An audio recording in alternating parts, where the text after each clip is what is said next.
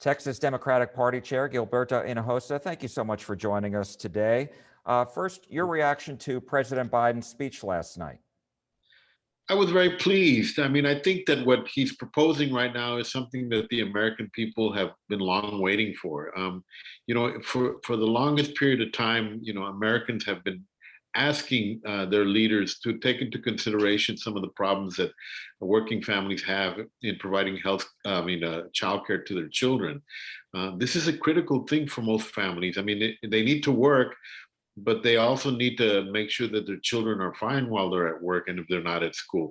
And many times childcare is too expensive. It's prohibitive to American families. So this proposal to allow the government to assist in childcare is really good in every sense of the word. It protects families and the ability to ensure their children are well taken care of. It makes sure that they can keep much needed employment to be able to support their families. And it helps the government because at the end of the day, if people are working, they're paying taxes, they're contributing to the economy, and it makes sure, and this kind of legislation ensures that Americans are all distributing equally the obligation to work and support this economy and this country. The other thing that it does, which is also much needed, is it provides for funding or for free community college education for all Americans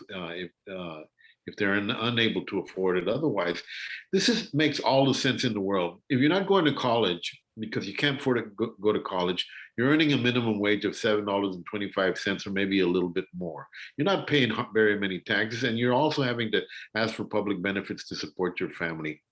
If you just go to a 2-year community college, and let's say you get an LVN degree or an RN degree, you're making sometimes up to $80,000 a year. You're paying taxes. The taxes that you pay for that education completely. The assistance on college education on 4-year college is also important because for the same exact reasons, if people are able to go to college, get their degree, they make more money, they provide a better life for their families, they pay more taxes, and they contribute more to the economy. These are all things that Americans have been asking for and never had a leader that is willing to take the steps to do it. And we're very proud of President Biden for doing this, along with all the stuff that he's done in terms of vaccinating 200 million people in a very short period of time from the COVID crisis, helping citizens, Americans who are having difficulty and struggling with payments to ensure that their families have money to survive, to pay the rent, and so forth. So, all the way around, this is a great administration and a great legislation that the president, or plan that the president is proposing to help American families. Long overdue.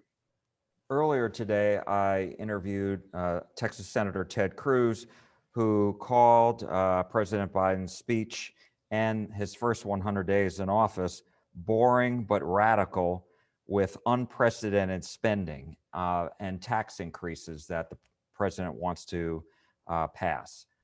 Your reaction?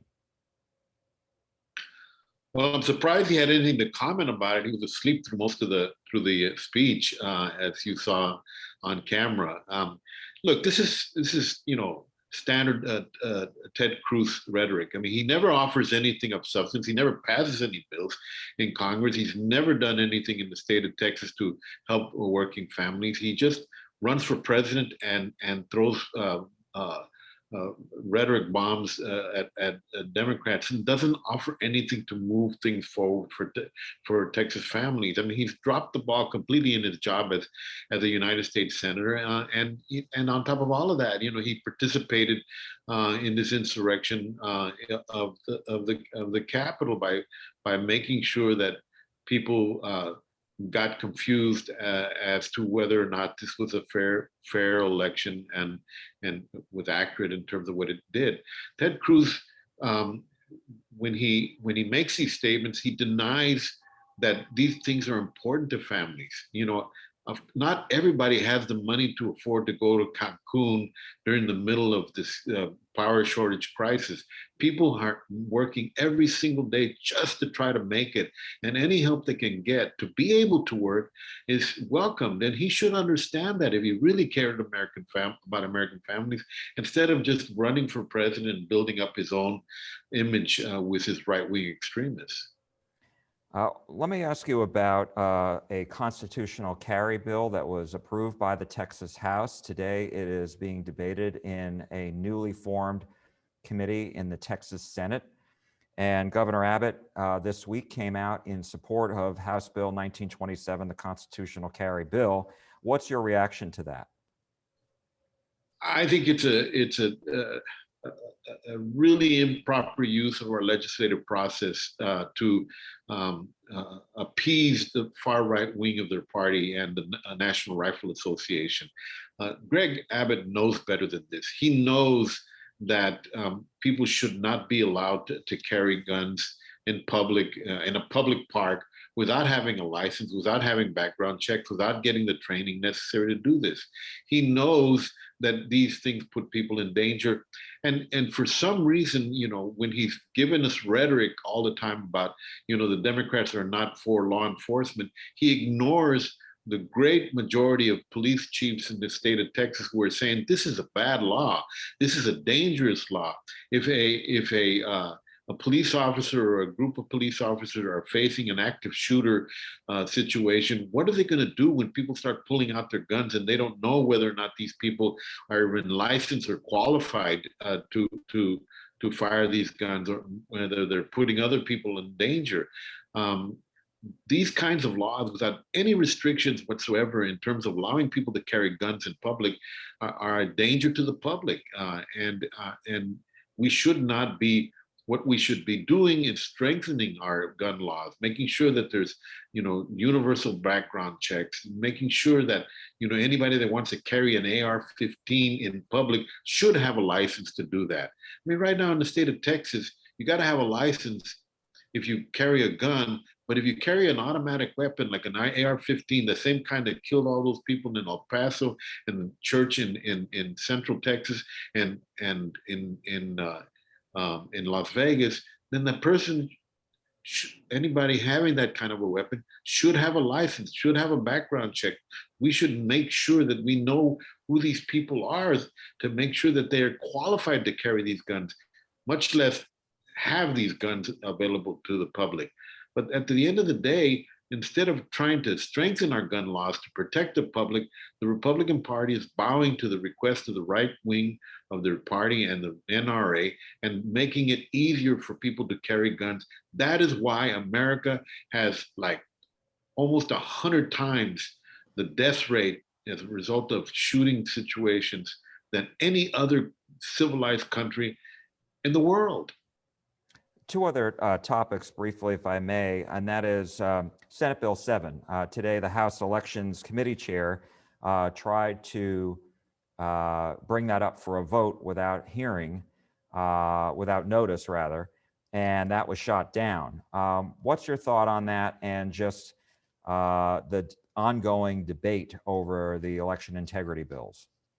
Kudos to Vice Chairwoman Jessica Gonzalez for blocking that in the committee meeting. I think that just continues to show that the Republicans are desperate to pass this voter suppression bill because they know that they're on the verge of losing the control of this state if people are allowed to vote. All these bills are designed to discourage minorities from going out to vote, to make it more difficult for them to go out to vote, to put obstacles in front of working people who sometimes can't work, can't go out and vote because they're working jobs that put them in their workplace location till 7 or 8 o'clock at night.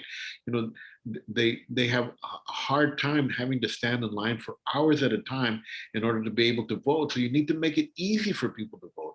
Most every civilized country in the world makes it easier for people to vote. Most every state in this country has attempted to make it easy for people to vote. In Texas, we try to make it hard for people to vote because they don't want people to vote.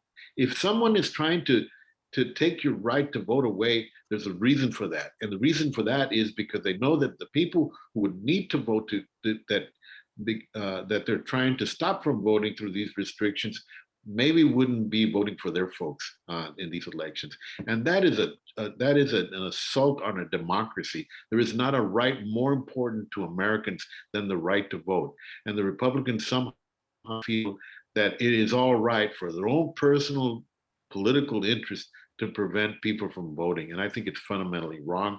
And I hope that this thing is blocked. It shows you where the Republicans stand in terms of democracy today. And it's just very sad that that's where we're at today in the year 2021. As you know, on Saturday is the municipal elections, and up in our area, the 6th congressional district has a special election. And in the race, there are 23 candidates, 11 Republicans, 10 Democrats, 1 independent, 1 libertarian. And I looked at the turnout according to the Texas Secretary of State's records, and it's very low turnout. It's about 3% in this district so far, at least on the early vote. I'm wondering what your thought is on that, and do you think Democrats have a shot? Well, it's a low turnout because Greg Abbott, I think, who set this election at this time, made sure that it was a time when people wouldn't vote, because that's the only way Republicans feel that they can win is as few people as possible voting. We believe at least one Democrat will get into the runoff. We believe that if we get into the runoff, this is an election that I don't remember exactly what it was, but the Republicans pulled through by 1 or 2 percentage points in the last election. And so we believe that that district is a district ready to turn. On a regular election, it would be an election I think we could win with a strong candidate. I'm sure that the voters will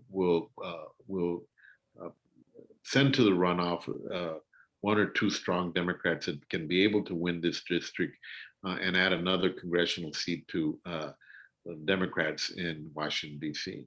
And my last question, and I appreciate your time, and that is, this week, former President Trump came out and endorsed Susan Wright. What impact do you think, if any, that will have on the race?